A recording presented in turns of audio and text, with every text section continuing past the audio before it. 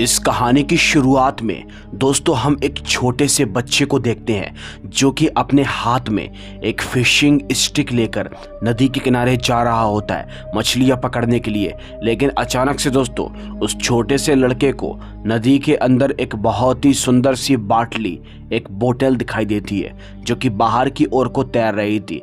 वो लड़का उस बोतल को निकाल लेता है और अब वो इस बोतल को अपने साथ में घर ले जाना चाहता है। लेकिन जब वो उस बोतल को अपने साथ में यहाँ से लेकर जा रहा था कि तभी दोस्तों अचानक से हम देखते हैं यहाँ पर एक बहुत ही खतरनाक एक शैतान, एक हैवान को जो कि उसी को देख रहा होता है। वेल गाइस, फिर तभी कहानी शिफ्ट होकर हमें दो बहन भाई को दिखाया जाता है जिसमें से लड़की का नाम रोशनी और लड़के का नाम रोहित होता है। ये दोनों के दोनों बहन भाई बहुत ज़्यादा गरीब होते हैं, इनके माता पिता भी नहीं हैं। ये दोनों के दोनों घर के अंदर अकेले रहते हैं। अभी ये लोग सड़क पर टहल रहे थे और आपस में बातें कर रहे थे क्योंकि रोशनी के भाई का जन्मदिन आने वाला था और उसके लिए उसे अपने भाई के लिए एक गिफ्ट लेना था कि तभी अचानक से दोस्तों वो छोटा सा बच्चा जो कि अभी नदी में से वो बोतल लेकर आया है वो वहां से निकल रहा होता है और रोशनी उसके हाथ में उस बोतल को देख लेती है जो रोशनी को बहुत पसंद आती है। वो अपने भाई से बोलती है कि मैं कुछ ही देर में घर पर पहुंचती हूँ, आप घर पर चले जाइए। और उसका भाई दोस्तों घर पर चला जाता है और रोशनी उस बच्चे का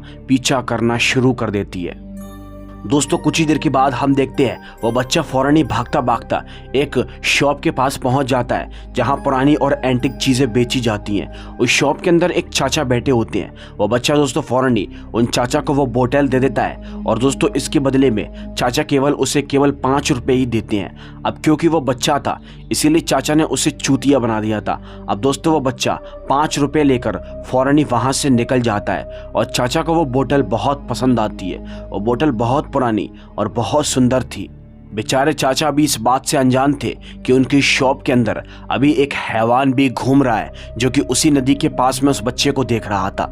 अब दोस्तों वो चाचा जब उस बोतल के अंदर ठीक से झांक कर देखते हैं तो उनकी आंखें फटी की फटी रह जाती हैं। वो पाते हैं कि उस बोतल के अंदर कोई है और दोस्तों जब वो ठीक से देखते हैं तो पता चलता है कि उस बोतल के अंदर एक लड़की होती है। चाचा उस लड़की का नाम पूछते हैं तो वो अपना नाम जुलेखा बताती है। इस शॉप वाले चाचा को ऐसा लगता है जैसे कि उस बोतल के अंदर एक जिन है और वो इनकी सारी इच्छाएं पूरी करेगा। इसीलिए ये बहुत ज़्यादा भावुक हो जाते हैं और उस जिन से बोलते हैं कि मैं तुम्हारी सारी इच्छाएं पूरी करूंगा, इसके बदले में तुम मुझे बहुत सारी धन दौलत देना। दोस्तों वो लड़की इनकी बात को मानने को तैयार हो जाती है। वो लड़की इससे पहले कि अपनी इच्छाएं उस चाचा के सामने रख पाती तभी दोस्तों वह हैवान यहाँ पर आता है और उस चाचा की बड़ी ही दर्दनाक तरीके से हत्या कर देता है। अब दोस्तों वो बोतल में कैद हुई लड़की कौन है और ये हैवान कौन है जिसने भी उस चाचा को मार दिया, तो दोस्तों इसके बारे में आपको थोड़ी देर में पता चलने वाला है। जैसी चाचा की मौत होती है तो पीछे से ही दोस्तों शॉप के अंदर रोशनी पहुंच जाती है। रोशनी यहाँ पर काफ़ी देर तक उन शॉप वाले चाचा को आवाज़ लगाती है लेकिन वो नहीं आती और जब वो नहीं आते तो रोशनी दोस्तों उनकी शॉप के अंदर कुछ पैसे रखकर और उस बोतल को लेकर यहाँ से चली जाती है। फिर तभी यहाँ पर रात होती है। रात के वक्त रोशनी अपने भाई रोहित का जन्मदिन सेलिब्रेट करती है। ये लोग केक काटते हैं और तोहफे के बदले में रोशनी अपने भाई को यही बोतल देती है। उसे लगता है कि शायद उसका भाई इस बोतल को देखकर बहुत खुश होगा, बट एक्चुअल में ऐसा नहीं था। उसका भाई इस बोतल को देखकर बिल्कुल भी खुश नहीं हुआ। उसके भाई को समझ में ही नहीं आता कि आखिर उसकी बहन ये बोतल कहाँ से मार लाई। गाइस, फिर तभी यहाँ पर रात हो जाती है और रात के वक्त पर हम देखते हैं रोहित अपने कमरे के अंदर सो रहा होता है और बोतल उसके बगल में रखी हुई थी। अचानक से उस बोतल से अजीबोगरीब प्रकार की रोने की आवाज़ें आती हैं। रोहित फौरन ही इन आवाज़ों को सुनकर उठ जाता है। वो उठता है तो दोस्तों उस बोतल के अंदर झांकने से वो भी उस लड़की को देख पा रहा था जो लड़की अपना नाम जुलेखा बता रही थी।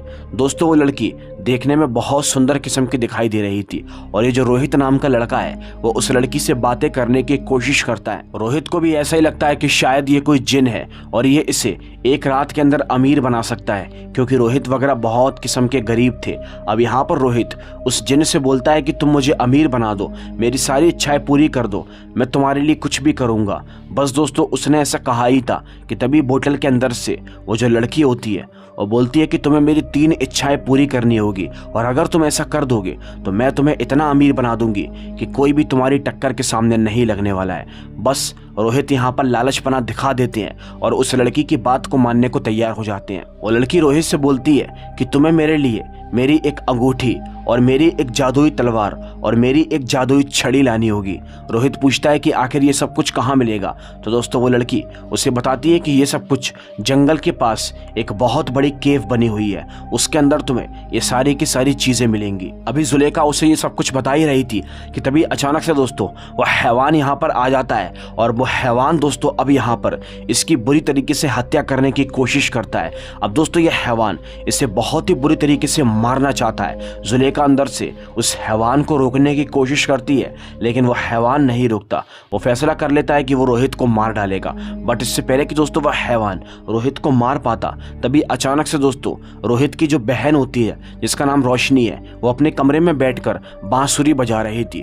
और दोस्तों बांसुरी का जो संगीत आता है उस संगीत के जरिए इस हैवान को तकलीफ होना शुरू हो जाती है, ये यहाँ से गायब हो जाता है क्योंकि संगीत इसकी कमजोरी है।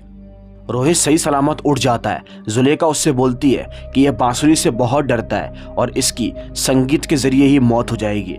रोहित उससे बोलता है कि जंगल में यह हैवान मुझे रोकने के लिए जरूर आएगा। तो इसके जवाब में जुलेखा उससे बोलती है कि तुम अपने साथ एक बांसुरी लेकर जाना, तुम संगीत के जरिए इसे रोक सकते हो।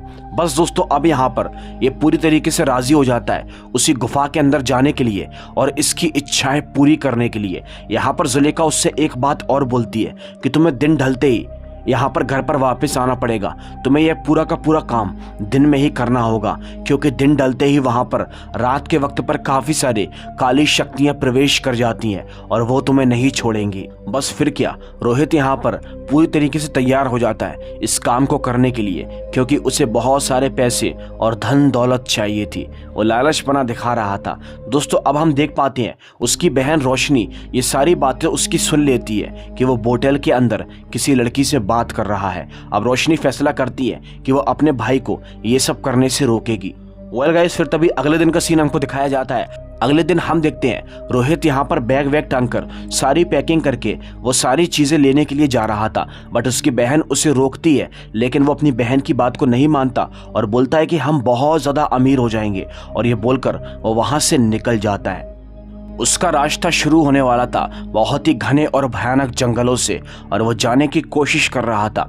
इधर घर पर दोस्तों हम रोशनी को देखते हैं जो कि बहुत ज़्यादा गुस्सा होती है। उसे अपने भाई की बहुत फिक्र हो रही थी, इसीलिए वो एक हथौड़ा उठाती है और उस बोतल को तोड़ने की कोशिश करती है। वो सोचती है कि शायद वो इस बोतल को तोड़कर अपने भाई को बचा लेगी, लेकिन दोस्तों जब वो उस बोतल को तोड़ना चाह रही थी तो वो बोतल टूट ही नहीं रही थी। जी हाँ दोस्तों, क्योंकि इस बोतल के अंदर एक शैतानी चुड़ैल रहती है। जी हाँ दोस्तों, जुलेखा एक चुड़ैल है। अब उधर दूसरी तरफ हम देखते हैं रोहित यहाँ पर जंगलों से जाने की कोशिश कर रहा था, लेकिन दोस्तों हम यहाँ पर उस हैवान को देखते हैं जो कि अब यहाँ पर उसे जाते हुए देख लेता है। वह हैवान दोस्तों उसके सामने आता है और उसका गला दबाकर उसे मारने की कोशिश करता है। दोस्तों हैवान उसे मारने ही वाला होता है कि तभी अचानक से उसे जुलेखा की बात ध्यान आ जाती है और अब यहाँ पर दोस्तों रोहित बांसुरी को बजाना शुरू कर देता है। उसने जैसे यहाँ पर संगीत की आवाज़ें निकालना शुरू की तो दोस्तों वह हैवान वहीं पर ही बेहोश हो जाता है। उस हैवान के बेहोश होते ही रोहित फौरन ही अपने आगे के सफ़र पर जाता है और कुछ देर का सफ़र तय करने के बाद वो फाइनली उस केव तक पहुंच जाता है। वो जैसे ही उस केव के अंदर जाता है तो दोस्तों वो काफ़ी सारा अंधेरा उसे इस केव के अंदर दिखाई देता है और आगे बढ़ते ही उसे काफ़ी सारी बेलें उस केव के अंदर दिखाई देती हैं जो कि जुलेखा ने उसे बताया था। अब सामने की ओर उसे वो अंगूठी दिखाई दे जाती है जिस अंगूठी को जुलेखा ने उससे मंगाया था। इससे पहले कि वो उस अंगूठी को निकाल पाता तभी दोस्तों नीचे से काफ़ी सारी बेलें आती हैं और दोस्तों वो उसे जकड़ना शुरू कर देती हैं। वो बेलें रोहित के हाथ और पैर दोनों को बांध देती हैं और उसे जमीन पर गिरा देती हैं, लेकिन रोहित यहाँ पर हार नहीं मानता। वो किसी तरह उन बेलों को तोड़कर अपने आप को आज़ाद कर लेता है और फाइनली उस अंगूठी तक पहुँच जाता है। वो उस अंगूठी को पूरी तरह से हासिल कर लेता है। अब अंगूठी हासिल करने के बाद दोस्तों हम यहाँ पर देखते हैं उसका अगला मिशन था जादुई तलवार का। जादुई तलवार उसे एक ताबूत के अंदर मिलने वाली थी। वो उसी जगह पर छानबीन करने की कोशिश करता है तो दोस्तों उसे एक ताबूत दिखाई दे जाता है। दूसरी तरफ हम देखते हैं रोशनी को, जो कि अपने भाई को ढूंढते ढूंढते उसी जंगलों के अंदर पहुंच चुकी थी। लेकिन दोस्तों वो जैसे उस जंगल के अंदर अपने भाई को ढूंढ रही थी कि तभी हम देखते हैं वो हैवान पूरी तरीके से जिंदा हो जाता है। इधर रोहित यहाँ पर जैसे उस ताबूत के पास पहुंचता है तो उसे खोलने की कोशिश करता है। उस ताबूत के अंदर एक मम्मी लेटी हुई थी और जैसे उस तलवार को उठाना चाहता है तो दोस्तों वो मम्मी उसका हाथ पकड़ लेती है। जी हाँ, अब रोहित यहाँ पर बहुत तेज डर जाता है, लेकिन उसके पास जो जादुई अंगूठी थी वो उस जादुई अंगूठी के जरिए उस मम्मी को रोकने की कोशिश करता है और दोस्तों वो मम्मी पूरी तरह से सो जाती है। जिसके बाद में वो उस तलवार को उठा लेता है जो कि उसी ताबूत के अंदर उसे मिल जाती है। अब तक दोस्तों रोहित ने दो चीजें हासिल कर ली थी, लेकिन पूरी तरीके से सूरज ढल चुका था, यानी कि रात बहुत करीब थी और रात होते ही यहाँ पर शैतानी शक्तियां जाग जाएंगी। इसीलिए सूरज अब वो तीसरी चीज यानी कि जादुई छड़ी को नहीं ले पाता। हालांकि वो कोशिश तो बहुत करता है बट वो नाकामयाब होता है। रोहित अभी केव के अंदर ही था कि अचानक से उसे उसकी बहन की चीखने चिल्लाने की आवाज़ सुनाई देती है केव के बाहर से। वो फौरन ही दोस्तों केव के बाहर जाने की कोशिश करता है। वो जैसे ही केव के बाहर गया तो पाता है कि उसकी बहन उस हैवान के चंगुल में है। दोस्तों वो अपनी बहन को बचाने की कोशिश करता है और उस हैवान को रोकना चाहता है, लेकिन यहाँ पर एक और शैतान आ जाता है। दोस्तों वो शैतान भी बहुत खतरनाक होता है। ये दोनों के दोनों उन शैतानों को चकमा देकर यहाँ से भागना चाहते हैं, लेकिन दोस्तों वो दूसरा वाला शैतान रोशनी को पकड़ लेता है। रोहित अपनी बहन को अकेला ही छोड़कर यहाँ से अपने घर पर पहुँच जाता है, क्योंकि दोस्तों वो अपनी बहन को अब यहाँ पर जुलेखा के जरिए बचवाएगा। वो ऐसा सोच रहा था। वो फौरन दोस्तों घर पर आता है तो वो देखता है कि वो बोतल ज़मीन पर रखी हुई है। उस ज़मीन पर दोस्तों वो उस जादुई अंगूठी और उस तलवार को रख देता है, जिसके बाद दोस्तों जुलेखा उस जादुई अंगूठी को अंदर से ही पहन लेती है, तलवार को हासिल कर लेती है। जिसके बाद वो इस बोतल को तोड़कर इसके अंदर से हमेशा के लिए आज़ाद हो जाती है। जुलेखा जैसी आज़ाद होती है तो दोस्तों रोहित उससे बोलता है कि तुम्हें मेरी मदद करनी होगी। मेरी बहन को उस प्रेत उस शैतान ने पकड़ लिया है, तुम्हें उससे मेरी बहन की जान बचानी होगी। मैंने तुम्हारी इच्छाएं पूरी करी।